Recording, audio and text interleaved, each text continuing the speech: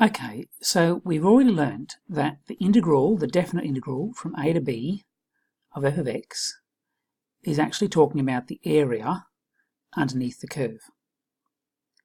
But there are some tricks to it. If the curve is actually below the x-axis, then the integral of this section will be negative. But area is always positive.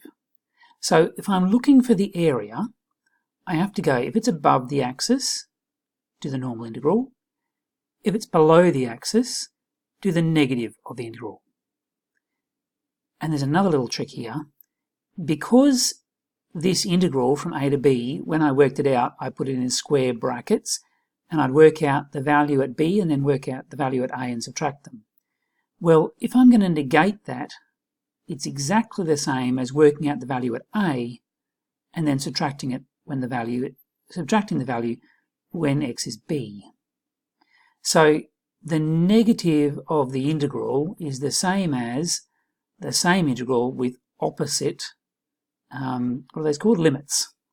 So if the function is above the x-axis, we do a normal integral for the area. If the function is below the x-axis, we do the negative integral. Or if you prefer, you can swap. But there's another trick. What happens if my function crosses the x-axis? Well, then this integral will be negative and this integral will be positive. And if I just integrate all the way from a up to c, I'll actually be subtracting this area from this one. And that's probably not what I want. If the question says, what's the definite integral from a to c, that's what you do. But if it says, what's the area from a to c, then you have to look at the graph and go, this bit's below the axis, so I'm going to get negative from a to b. And then this bit is above the axis, so I'm going to get positive from b to c. If you prefer, you can, instead of going negative, you can just reverse the two endpoints. A to b can become b to a. So let's have a look at a concrete example. Now, I'm not going to try and do most of the examples in the next few sections actually doing them in front of you, because the integration techniques you should now know fairly well. So all I'm going to do is walk you through, because what you need to get your head around is the ideas.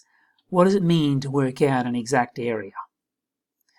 So in this case it means look at the graph and find where it crosses the x-axis. If it was all above, you would just do the normal definite integral. If it was all below, negative. But this one crosses, so I need a negative section here and a positive section here.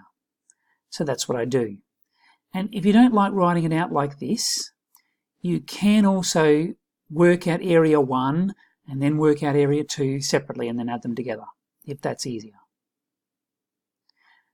So all I've done here is said it's the negative of the integral from half to 1 plus the integral from 1 to 2. But this is not a simple integral.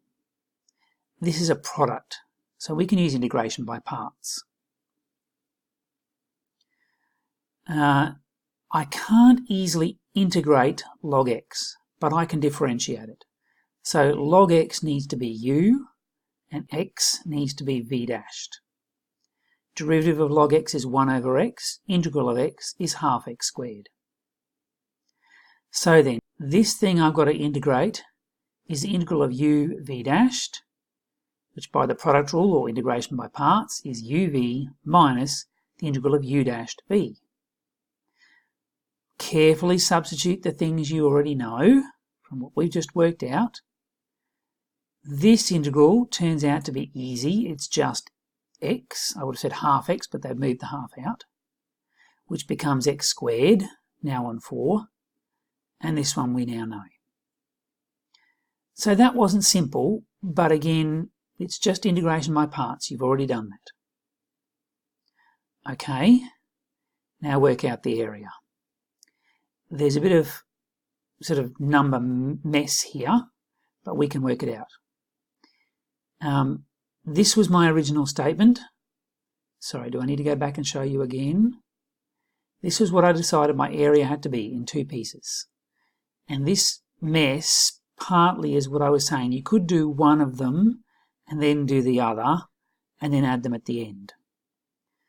The textbook has put them all into one line, and that's okay too. Negative of the integral we worked out. Remember, we don't have to worry about the constant because we're doing a definite integral from 1/2 to 1, and then the same thing from 1 to 2. Carefully substitute, and I'm not going to go through this in a lot of detail. Work it all the way through. Now they said units squared because my original graph just said x and y. It didn't tell me the units of what any of these things were. If it told me units, I could multiply the units of x by the units of y and actually get something useful for the units.